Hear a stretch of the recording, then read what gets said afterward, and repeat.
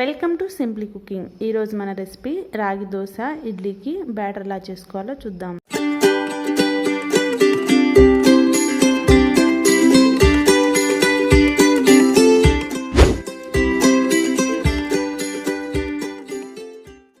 దీనికి శుభ్రం చేసి పెట్టుకున్న ఒక కప్పు రాగులు, అలాగే అరకప్పు మినుములు తీసుకోండి.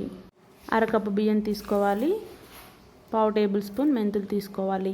వీటన్నిటిని 6 గంటల పాటు నానబెట్టుకోవాలి. 6 గంటల తర్వాత ఇలాగ శుభ్రం చేసి పెట్టుకోవాలి. గ్రైండ్ చేసే 10 నిమిషాల ముందు పావు కప్పు అటుకులను తీసుకొని ఇలాగ నానబెట్టుకోవాలి. ఇలాగ వీటన్నిటిని కలిపి మిక్సీ జార్లో వేసుకొని ఇడ్లీ దోశ పిండిలాగా మెత్తగా గ్రైండ్ చేసుకోవాలి. దీనికి అన్నీ మునిగేలాగా నీరు పోసి గ్రైండ్ చేసుకోవాలి. దీనికి ఇడ్లీ రైసే కాదు, ఏ రైస్ అయినా మనం మామూలుగా ఇంట్లో వాడుకునే రైసే కూడా తీసుకోవచ్చు. ఇలాగ మెత్తగా చేసుకోవాలి. ఈ బ్యాటర్ అంతటిని ఇలా ఒక గిన్నెలో పోసుకొని 8 అవర్స్ ఫర్మెంట్ చేసుకోవాలి. 8 అవర్స్ తర్వాత ఇలాగ పిండి బాగా ఫర్మెంట్ అయి ఉంటుంది. పిండి పులిసినప్పుడు ఇడ్లీ దోశ బాగా టేస్ట్గా వస్తాయి. దీనిలో మీకు టేస్ట్కి సరిపోయినంత ఉప్పు వేసుకొని దీన్ని ఇడ్లీ దోశ బ్యాటర్లాగా కలుపుకోవాలి. మరి జారుగా కాకూడదు. అవసరమైతే కొన్ని నీళ్లు పోసుకొని, పిండి గట్టిగా ఉంటే కొన్ని నీళ్లు పోసుకొని కలుపుకోవాలి. ఈ కన్సిస్టెన్సీ సరిపోతుంది. ఇప్పుడు వీటిని ఇడ్లీ ప్లేట్లోకి తీసుకొని పిండిని ఇడ్లీ ఉడికించుకోవచ్చు. ఇవి చాలా టేస్ట్గా ఉంటాయి. ఇడ్లీ కూడా చాలా బాగా వస్తాయి. రోజు తినే ఇడ్లీలా కాకుండా కొంచెం వెరైటీగా ఉంటాయి, హెల్తీగా కూడా ఉంటాయి. మీరు కూడా ట్రై చేయండి. ఇలా ఇడ్లీ బ్యాటర్ని వేసుకొని ఇడ్లీ కుక్కర్లో పెట్టుకొని ఇడ్లీని ఉడికించుకోవాలి.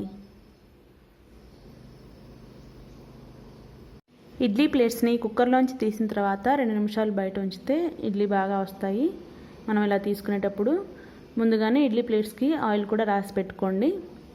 ఇడ్లీలు చాలా సాఫ్ట్గా టేస్టీగా వచ్చాయి.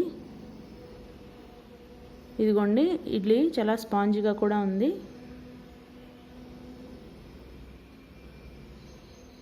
ఇప్పుడు అదే పిండితో దోశలు వేసుకుందాం. పెనం పైన కొంచెం ఆయిల్ వేసి దాన్ని ఇలాగ మొత్తం స్ప్రెడ్ చేయాలి. ఇలాగా పిండిని తీసుకొని దోశలాగా నీట్గా ఇలాగా రౌండ్గా చుట్టుకోవాలి. నేను ఈ బ్యాటర్లో కొంచెం కూడా నీళ్ళు కలపలేదు. సేమ్ ఇడ్లీకి ఏ పిండి వేసానో అదే పిండితో ఇలాగ దోశలు పోస్తున్నాను. ఇలాగా దోశ కాలిన తర్వాత మనం దీన్ని ప్లేట్లోకి తీసుకొని సర్వ్ చేసుకోవచ్చు. మన హెల్దీ రాగి ఇడ్లీ, రాగి దోశ రెడీ అయిపోయాయి. ఇడ్లీలా స్పాంజీగా వచ్చాయి, దోశ కూడా క్రిస్పీగా వచ్చింది. ఇలాగ మనం ఒకే పిండితో 2 రకాల బ్రేక్ఫాస్ట్ని రెడీ చేసుకోవచ్చు. ఇంకా మరిన్ని రెసిపీస్ కోసం మా ఛానల్ని సబ్స్క్రైబ్ చేయండి.